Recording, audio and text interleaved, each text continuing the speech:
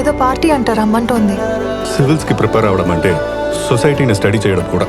వెళ్ళు తల్లి. Non alcoholic పార్టీనే కదా.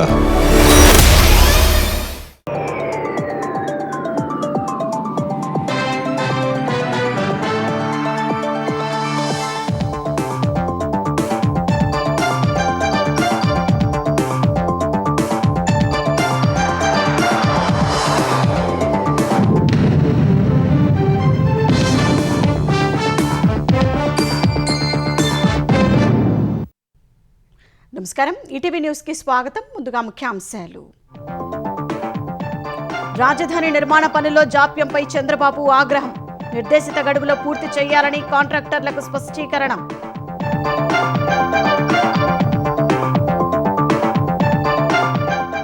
ఏపీ ప్రజల మధ్య చిచ్చు పెట్టేందుకే జగన్ మావిగన్ ప్రతిపాదన. ఉత్తరాంధ్ర రాయలసీమ ప్రజలు తిరగబడాలన్న మంత్రులు.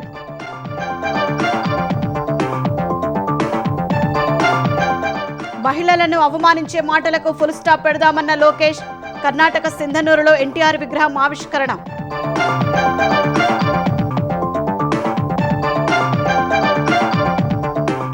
బీఆర్ఎస్ ఖాతాలో మరో 2 పురపాలికలు. ఇబ్రహీంపట్నం, క్యాతన్పల్లిలో చైర్పర్సన్ పీఠాలు కైవసం. ఖానాపూర్ ఎన్నిక రేపటికి వాయిదా.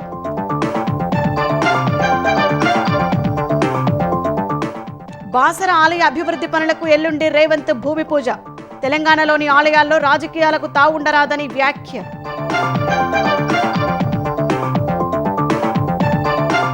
కేరళలో ఎల్డీఎఫ్ ప్రభుత్వానికి కౌంట్డౌన్ మొదలైందన్న మోదీ. ఎన్డీఏ అధికారానికి వస్తుందని ధీమా. యూడీఎఫ్దే విజయమన్న రాహుల్.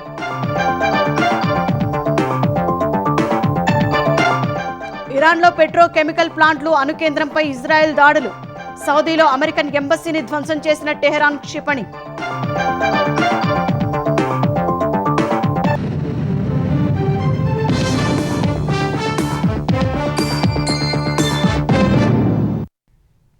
రాజధాని నిర్మాణ పనులను నిర్దేశిత లక్ష్యాల ప్రకారం సకాలంలో పూర్తి చేయాలని ముఖ్యమంత్రి చంద్రబాబు స్పష్టం చేశారు. నిర్ణీత గడువులో పనులు పూర్తి చేసి ప్రధానితో ప్రారంభోత్సవం నిర్వహిస్తామన్నారు. పనుల వేగాన్ని పెంచి పూర్తి చేయడానికి కాంట్రాక్టర్లు చర్యలు తీసుకోవాలన్నారు. అధికారులు నిరంతరం పర్యవేక్షణ చేయాలని ఆదేశించారు. రాజధాని నిర్మాణాన్ని సాధారణ కాంట్రాక్ట్ పనిగా కాకుండా చారిత్రక బాధ్యతగా భావించాలన్నారు. పనుల్లో జాప్యం చేస్తున్న సంస్థల పనితీరుపై సీఎం తీవ్ర అసంతృప్తి వ్యక్తం చేశారు.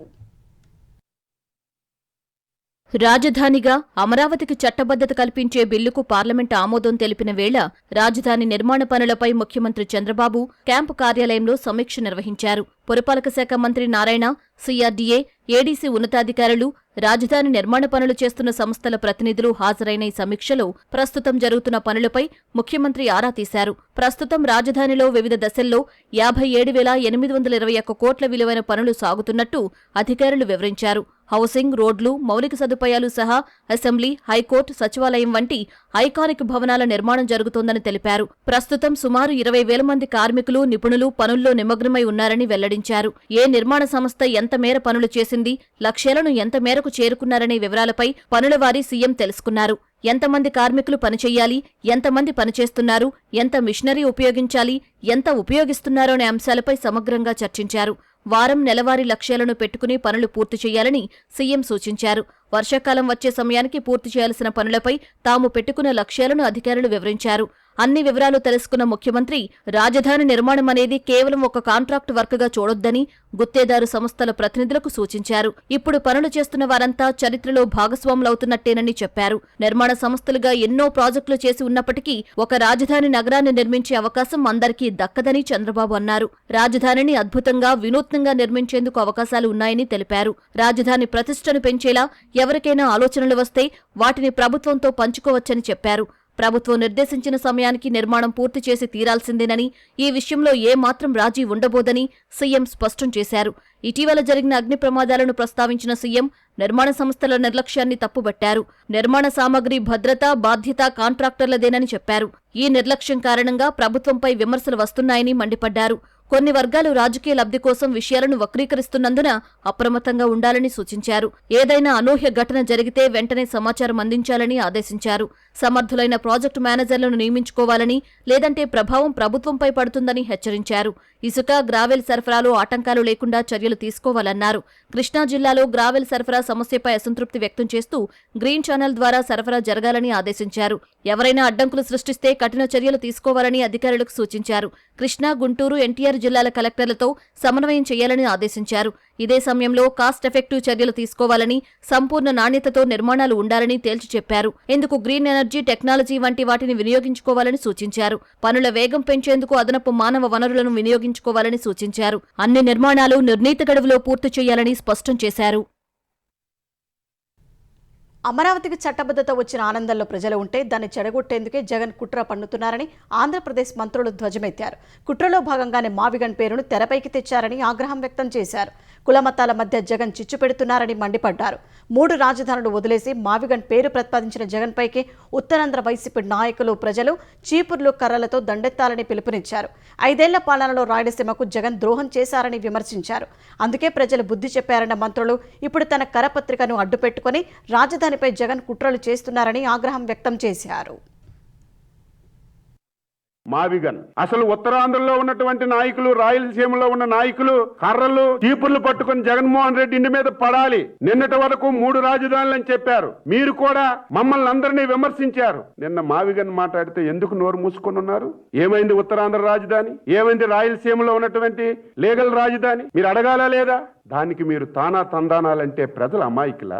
ఏంటి కొత్తగా ఈ మావిగన్ తీసుకొచ్చాడంటే, మొన్న రాజ్యసభలో, లోక్సభలో జరిగినటువంటి బిల్లు 5 కోట్ల మంది ప్రజలు సంబరాలు చేసుకున్నటువంటి సమయంలో డైవర్షన్ చేయాలని కుట్రతోనే ఈ పేరు తీసుకొచ్చారు. నీకు భ్రమించి మాట్లాడుతూ ఉన్నావు. దేశంలో ఏదో ఒక బట్ట కాల్చి మొహాన పడేస్తే ప్రజలు దాని మీద చర్చ జరగాలి. ఆ చర్చలో ఏదో చెప్పుకుంటున్నారు పెద్దగా అని చెప్పి నీ కరపత్రికను అడ్డం పెట్టుకుని నీ కరపత్రిక ద్వారానే నువ్వే క్వశ్చన్ వేసుకుంటావు, నువ్వే ఆన్సర్ చెప్తావు, మళ్ళీ ప్రజలను మభ్య పెట్టాలని చూస్తా ఉన్నావు. కానీ నీ మాటలు వినేది కూడా లేదని చెప్తా ఉన్నా. వైఎస్ఆర్ పార్టీని నమ్మే పరిస్థితిలో లేరు. కష్టకాలంలో అండగా నిలిచిన కర్ణాటకలోని తెలుగు ప్రజల రుణం తీర్చుకుంటారని ఏపీ విద్యాశాఖ మంత్రి లోకేష్ తెలిపారు. కర్ణాటక పర్యటనలో భాగంగా సింధనూరు హోసళ్లలో ఎన్టీఆర్ కాంస్య విగ్రహాన్ని కేంద్ర మంత్రి కుమారస్వామితో కలిసి లోకేష్ ఆవిష్కరించారు. తొలుత సింధనూరులో లోకేష్కు స్థానిక తెలుగు యువత ఆధ్వర్యంలో ఘన స్వాగతం పలికారు. భారీ గజమాలతో లోకేష్ను ఆహ్వానించారు. యువగలం జెండాలతో జై లోకేష్ అంటూ తెలుగు ప్రజలు నినాదాలు చేశారు. సింధనూరు ఎంజీ సర్కిల్ నుంచి గంగావతి రోడ్డు వరకు బైక్ ర్యాలీ నిర్వహించారు. ప్రతి ఒక్కరికి అభివాదం చేస్తూ లోకేష్ ముందుకు సాగారు. తెలుగు ప్రజలు ఎక్కడున్నా వారికి తెలుగుదేశం పార్టీ అండగా నిలుస్తుందని లోకేష్ చెప్పారు.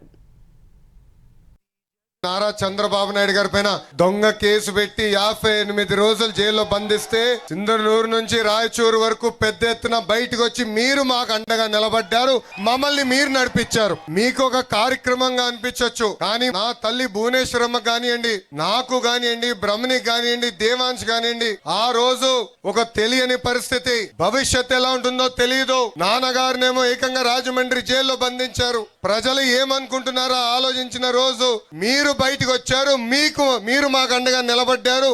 ఆ రుణం తీర్చుకునేదానికే ఈ రోజు మీ లోకేష్ మీ ముందర నిలబడ్డారు. కేసులు పెట్టినా, ఇబ్బంది పెట్టినా అనుకున్న దాని కోసం మనం అహర్నిశలు పోరాడతాం. అనంతరం కర్ణాటకలోని హోసల్లి క్యాంప్లో శ్రీకృష్ణదేవరాయ సైనిక్ స్కూల్ను లోకేష్ ప్రారంభించారు. అక్కడ విద్యార్థులను ఉద్దేశించి మాట్లాడిన లోకేష్ తెలుగు భాషలో మహిళలను అవమానిస్తూ వాడుతున్న పదాలకు ఫుల్ స్టాప్ పెట్టాలని పిలుపునిచ్చారు. మనం ఏ నిర్ణయం తీసుకున్నా అది తల్లికి చెప్పగలమా అని ఆలోచించాలని విద్యార్థులకు లోకేష్ సూచించారు. తల్లికి చెప్పలేని ఏ పని నువ్వు చేయొద్దని. మన జీవిత ప్రయాణంలో అనేక నిర్ణయాలు తీసుకోవాలి. మనం తీసుకోబోయే నిర్ణయం మన తల్లికి చెప్పగలుగుతామా లేదా అని. చెప్పగలితేనే ఆ నిర్ణయం తీసుకోవాలని ఇక్కడున్న పిల్లలందరినీ నేను కోరుతున్నా. జీవితంలో ఓటమి అనేది సహజమే, కానీ ఆ ఓటమి ద్వారా మనం అనేక పాఠాలు నేర్చుకోవాల్సిన అవసరం ఉంది. పిల్లలు చాలా సెన్సిటివ్ గా మారిపోయారు. ఒక్క ఎగ్జామ్ లో ఫెయిల్ అవుతే ఏకంగా ఆత్మహత్య చేసుకునే పరిస్థితులు మనం చూస్తున్నాం. మార్కులు తక్కువ వచ్చాయని, జీవితంలో ఎదురు దెబ్బ వచ్చిందని అధైర్యపడొద్దండి. ఎదురు దెబ్బ మనలో కసి పెంచాలి. ఆర్నిసలు కష్టపడి అనుకున్న దాన్ని మీరు సాధించాలని కోరుతున్నా. తెలంగాణలోని అన్ని ఆలయాల్లో తిరుమల తరహాలో ఎలాంటి రాజకీయ కార్యకలాపాలు జరగకుండా నిబంధనలు ఉండాలని సీఎం రేవంత్ రెడ్డి అధికారులకు సూచించారు. బాసర ఆలయాన్ని భక్తుల విశ్వాసాలకు అనుగుణంగా శాస్త్ర ప్రకారం అభివృద్ధి చేయాలని అధికారులను సీఎం ఆదేశించారు. ఎల్లుండి బాసరలో 225 కోట్ల రూపాయలతో ఆలయ అభివృద్ధి పనులకు సీఎం శంకుస్థాపన చేయనున్నారు. ఈ నేపథ్యంలో సీఎం తన నివాసంలో బాసర ఆలయ మాస్టర్ ప్లాన్ అభివృద్ధిపై సమీక్ష నిర్వహించారు. మాస్టర్ ప్లాన్ పరిశీలించిన సీఎం అధికారులకు పలు మార్పులు చేర్పులు సూచించారు. భవిష్యత్తు అవసరాలు రద్దీని దృష్టిలో పెట్టుకుని విశాలమైన రోడ్లు ఉండేలా చర్యలు తీసుకోవాలన్నారు. ఆలయ పరిసరాల్లో పర్యావరణానికి ప్రాధాన్యమిస్తూ విద్యుత్ వాహనాలను మాత్రమే ఉపయోగించేలా చర్యలు తీసుకోవాలన్నారు. ఆలయ పవిత్రతకు భంగం కలగకుండా నిబంధనలు కఠినతరం చేయాలని సీఎం ఆదేశించారు. మరోసారి నాటకీయ పరిణామాల మధ్య రంగారెడ్డి జిల్లా Ibrahimpatnam municipality chairman, vice chairman ఎన్నిక ముగిసింది. ఈ ఎన్నికలో బీఆర్ఎస్ కౌన్సిలర్ టేకుల సుదర్శన్ రెడ్డి చైర్మన్గా, బీజేపీ కౌన్సిలర్ ముత్యాల శ్యామల వైస్ చైర్పర్సన్గా ఎన్నికయ్యారు. ఈ మున్సిపాలిటీలో 24 వార్డులు ఉండగా బీఆర్ఎస్ 13 చోట్ల గెలిచింది. కాంగ్రెస్ 8, బీజేపీ 2 వార్డుల్లో గెలవగా 1 చోట స్వతంత్ర అభ్యర్థి గెలుపొందారు. అయితే బీఆర్ఎస్ నుంచి గెలిచిన 19వ వార్డు కౌన్సిలర్ ఆకుల యాదగిరిని తమ చైర్మన్ అభ్యర్థిగా కాంగ్రెస్ ప్రతిపాదించడంతో ఎన్నికపై ఉత్కంఠ నెలకొంది. బీఆర్ఎస్ నుంచి టేకుల సుదర్శన్ రెడ్డిని చైర్మన్గా ప్రతిపాదించారు. వైఎస్ చైర్మన్ పదవి కోసం బీజేపీ కౌన్సిలర్ ఆకుల శ్యామలను బీఆర్ఎస్ ప్రతిపాదించింది. 2 పార్టీలు కలిసి ఇబ్రహీంపట్నం మున్సిపల్ పీఠాన్ని కైవసం చేసుకున్నాయి. అటు స్వేచ్ఛ వాతావరణంలో పారదర్శకంగా ఎన్నిక జరపాలన్న హైకోర్టు ఆదేశాలకు విరుద్ధంగా ఎన్నిక నిర్వహించారంటూ కాంగ్రెస్ ఎన్నిక ప్రక్రియను బాయ్కాట్ చేసింది.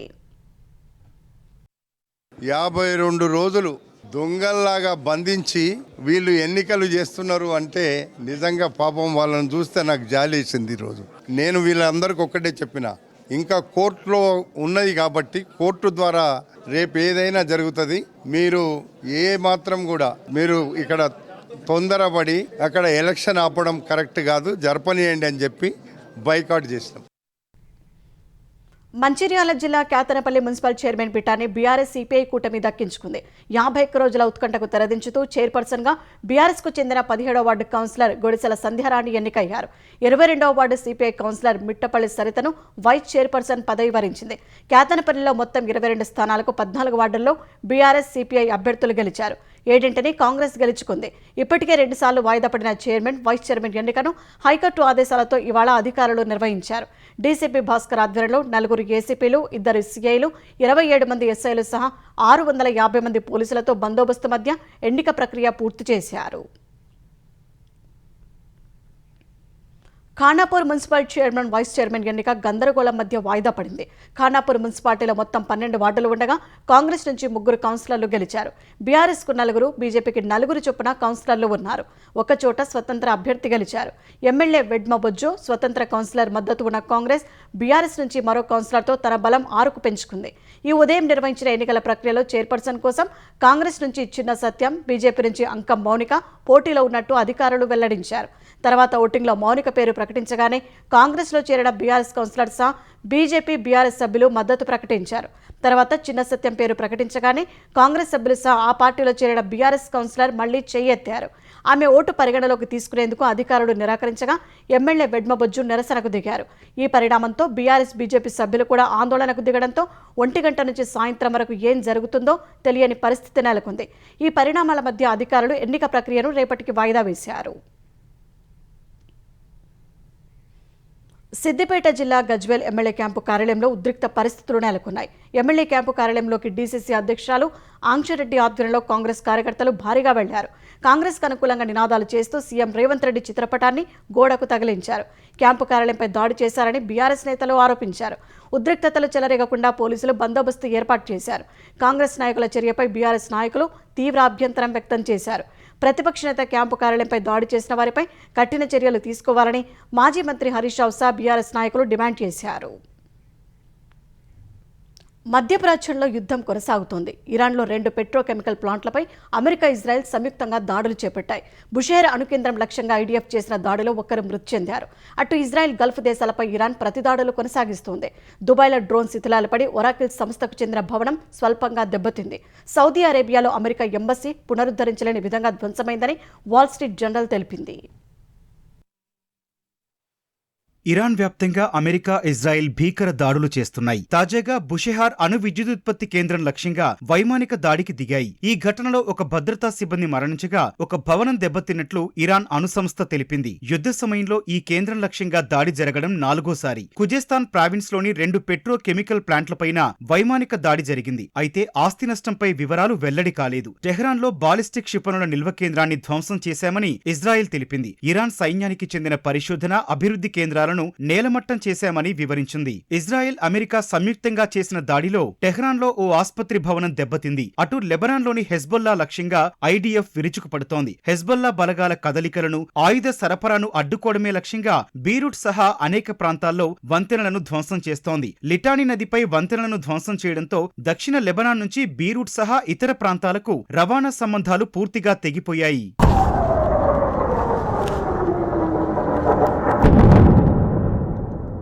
ఇజ్రాయెల్, గల్ఫ్ దేశాల్లోని అమెరికా సైనిక స్థావరాలు లక్ష్యంగా ఇరాన్ ప్రతీకార దాడులు చేస్తోంది. సెంట్రల్ ఇజ్రాయెల్లోని నివాస సముదాయాన్ని ఇరాన్ క్షిపణి తాకింది. అయితే భవనాన్ని పౌరులు ముందే ఖాళీ చేయడంతో ప్రాణనష్టం తప్పింది. సౌదీ అరేబియా రాజధాని రియాద్లోని అమెరికా రాయబార కార్యాలయంపై 2 డ్రోన్లు పడ్డాయి. ఈ ఘటనలో స్వల్పంగా మంటలొచ్చినట్టు సౌదీ తెలిపింది. ఈ దాడిలో అమెరికన్ ఎంబసీ పునరుద్ధరించలేని విధంగా ధ్వంసమైందని వాల్ స్ట్రీట్ జర్నల్ తెలిపింది. కార్యాలయంలోని 3 అంతస్తులు దెబ్బతిన్నాయని పేర్కొంది. కానీ ఆ దాడిని తాము లేదంటూ కాసేపటికి ఐఆర్జీసీ ప్రకటించింది. ఇజ్రాయెల్ దాడులు చేస్తూ అమెరికాను ఉసిగొల్పాలని చూస్తోందని ఆరోపించింది.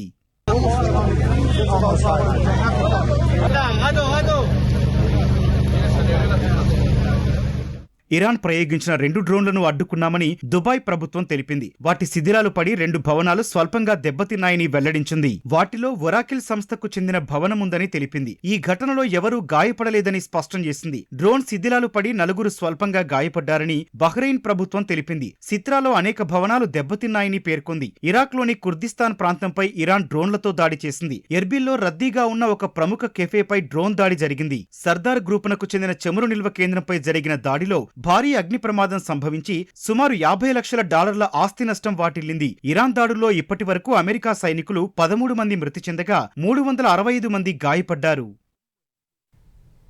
పశ్చిమాసియా యుద్ధంలో తమ సైన్యం 2 యుద్ధ విమానాలను కోల్పోయినప్పటికీ ఇరాన్తో జరగాల్సిన దౌత్యపరమైన చర్చలను ఆపబోమని అమెరికా అధ్యక్షుడు డొనాల్డ్ ట్రంప్ స్పష్టం చేశారు.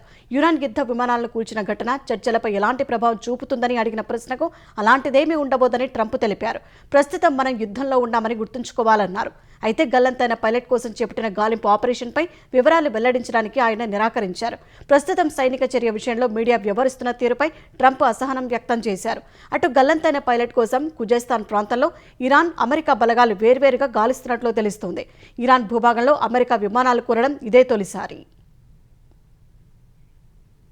ఇరాన్ బాలిస్టిక్ క్షిపణుల్లో చాలా వరకు యుద్ధానికి పనికిరాకుండా పోయాయని, అవి లక్ష్యాలను చేరుకోలేకపోతున్నాయని ఓ అమెరికన్ పరిశోధన సంస్థ తెలిపింది. ఇరాన్ క్షిపణి లాంఛర్లలో 50% సురక్షితంగానే ఉన్నా అవి మిషన్ను పూర్తి చేయలేకపోతున్నాయని institute for the study of war నివేదిక తెలిపింది. ఈ యుద్ధంలో ఇరాన్ మధ్యశ్రేణి బాలిస్టిక్ క్షిపణి దళం తీవ్రంగా దెబ్బతిందని, స్వల్ప శ్రేణి క్షిపణులు మాత్రం నిలకడగా దాడులు చేస్తూనే ఉన్నాయని వివరించింది. అమెరికా, ఇజ్రాయెల్ చేసిన విధ్వంసం ఇరాన్ సైన్యాల భయాన్ని నింపిందని, ఫలితంగా మార్చి 20 తర్వాత క్షిపణి దాడులను ఇరాన్ తగ్గించిందని పేర్కొంది.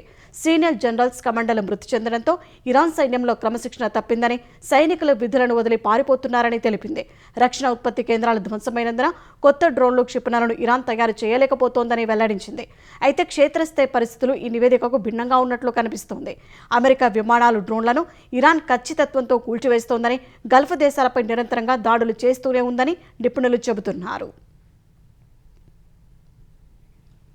భారత్కు చెందిన 7వ నౌక హర్ముజ్ జలసంధిని సురక్షితంగా దాటింది.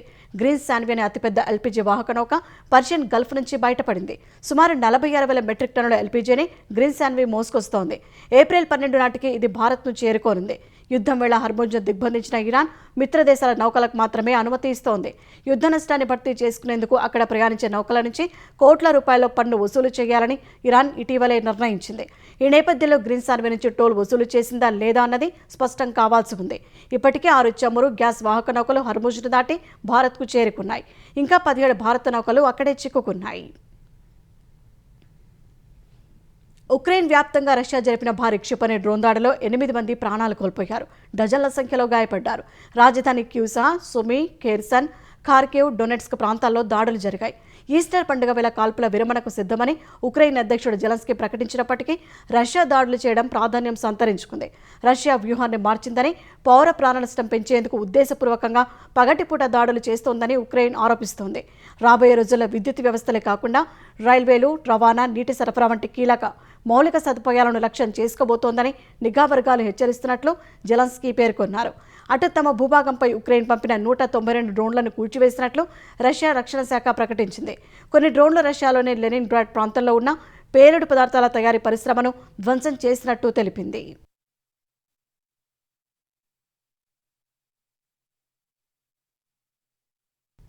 ఇకపై పార్టీ క్రమశిక్షణ ఉల్లంఘిస్తే సస్పెండ్ చేసేయటమేనని టీడీపీ అధినేత ముఖ్యమంత్రి చంద్రబాబు తేల్చి చెప్పారు. నరసరావుపేట ఎమ్మెల్యే అరవింద్ బాబు ఇచ్చిన వివరణను సీఎం ముందుకు వచ్చింది. ఈ వివరణపై చర్చ సందర్భంగా కొందరు నేతల ప్రవర్తనను ఉద్దేశించి చంద్రబాబు ఘాటు వ్యాఖ్యలు చేశారు.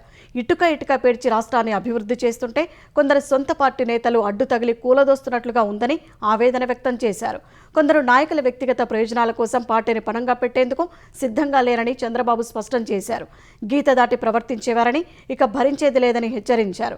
పార్టీకి, ప్రభుత్వానికి చెడ్డ పేరు తెచ్చేందుకు ఎవరు యత్నించినా పునరాలోచన లేకుండా సస్పెండ్ చేస్తామని చెప్పారు.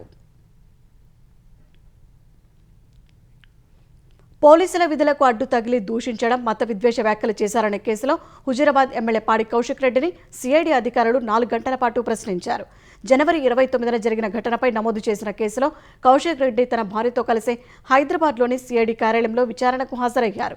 విచారణ అనంతరం మీడియాతో మాట్లాడుతూ ప్రభుత్వంపై, పోలీసులపై కౌశిక్ తీవ్ర విమర్శలు చేశారు. ప్రజా సమస్యలపై గొంతు ఎత్తుతున్నందుకే తనను, తన కుటుంబాన్ని, బీఆర్ఎస్ శ్రేణులను కాంగ్రెస్ ప్రభుత్వం ఇబ్బందులకు గురిచేస్తోందని ఆరోపించారు.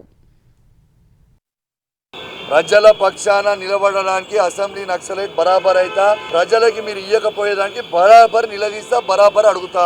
ఇవన్నీ గట్టిగా క్వశ్చన్ అడుగుతుందని, ఎట్టు పరిస్థితుల అసెంబ్లీ నుంచి కౌశిక్ రెడ్డిని ఎత్తేయాలని వాళ్ళు ఎన్ని ప్రయత్నాలు చేసినా, నా మీద ఎన్ని కేసులు పెట్టినా, నా కుటుంబం మీద ఎన్ని కేసులు పెట్టినా, మా కార్యకర్తల మీద ఎన్ని కేసులు పెట్టి మమ్మల్ని భయప్రాంతాలకు గురి చేద్దామని మీ ప్రభుత్వం అనుకున్నా, ఖచ్చితంగా మిమ్మల్ని నిలదీస్తాం, మిమ్మల్ని అడుగుతాం. హైదరాబాద్లోని పలు ప్రాంతాల్లో ఫుట్పాత్ల ఆక్రమణలను జీహెచ్ఎంసీ అధికారులు, ట్రాఫిక్ పోలీసులు తొలగించారు. శంషాబాద్ సర్కిల్ 18లో రాళ్లగూడ రోడ్ నుంచి బస్టాండ్ వరకు, చార్మినార్ జోన్లోని లాట్ బజార్ నుంచి Puranapul road, Rikabganj road, Rajendranagar zone Attapur, Rajendranagar సర్కిల్లోని పిల్లర్ నంబర్ 252 నుంచి 116 వరకు ఇరువైపులా ఉన్న దుకాణ సముదాయాలను తొలగించారు. గోల్కొండ జోన్ గోషామాల్ సర్కిల్లో జాంబాగ్ హనుమాన్ దేవాలయం నుంచి ఎంజే మార్కెట్, సిద్దంపర్ బజార్, అఫ్జల్గంజ్ వరకు రహదారిని ఆక్రమించిన చిరు వ్యాపారుల షెడ్లను కూల్చివేశారు. కూకట్పల్లి, కేపీహెచ్బీలో రోడ్డు ఆక్రమణలపై ట్రాఫిక్ పోలీసులు చర్యలు చేపట్టారు. జీహెచ్ఎంసీ సిబ్బందితో ప్రత్యేక డ్రైవ్ నిర్వహించి అక్రమంగా ఏర్పాటు చేసిన దుకాణాలు, తాత్కాలిక షెడ్లు, వాహనాల పార్కింగ్లను తొలగించారు. చెర్లపల్లిలో అనుమతి లేకుండా నిబంధనలకు విరుద్ధంగా కట్టిన భారీ బహుళ అంతస్తుల నిర్మాణాలను అధికారులు నేలమట్టం చేశారు. సికింద్రాబాద్ జోన్లోని మెట్టుగూడ సర్కిల్లో ఆక్రమణల తొలగింపు కాసేపు ఉద్రిక్తతకు దారితీసింది. జీహెచ్ఎంసీ అధికారులు, చిరు వ్యాపారుల మధ్య వాగ్వాదం చోటు చేసుకుంది. కేరళలో ఎల్డీఎఫ్ ప్రభుత్వ నిష్క్రమణకు కౌంట్డౌన్ ప్రారంభమైందని ప్రధాని నరేంద్ర మోదీ అన్నారు. ఎన్నికల తర్వాత కేరళలో అతిపెద్ద మార్పు జరుగుతుందని, బీజేపీ నేతృత్వంలోని ఎన్డీఏ అధికారంలోకి వస్తుందని ధీమా వ్యక్తం చేశారు. కేరళ అసెంబ్లీ ఎన్నికల ప్రచారంలో భాగంగా పతనంతిట్ట జిల్లాలోని తిరువళ్లలో నిర్వహించిన బహిరంగ సభలో ప్రధాని మాట్లాడారు.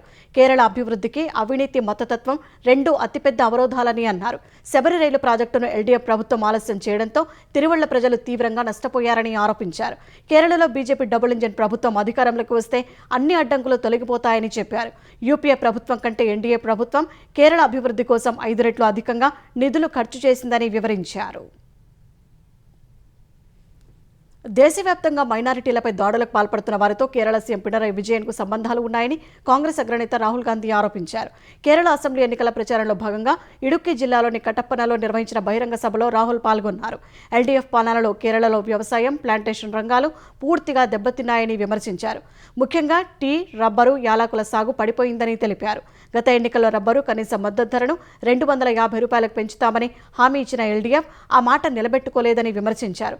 కేంద్రంలో బీజేపీ నియంత్రణలో ఉన్న రబ్బర్ బోర్డు కూడా మద్దతు ధరను 300 రూపాయలకు పెంచడానికి సిద్ధంగా లేదని దుయ్యబట్టారు. కేరళలో ఎల్డీఎఫ్, బీజేపీ మధ్య రహస్య ఒప్పందం ఉందని రాహుల్ ఆరోపించారు. చంద్రుడి దిశగా దూసుకెళ్తున్న ఆర్టెమిస్ 2 వ్యోమగాములు నీలిరంగులో అద్భుతంగా మెరిసిపోతున్న భూగ్రహాన్ని తమ కెమెరాలో బంధించారు.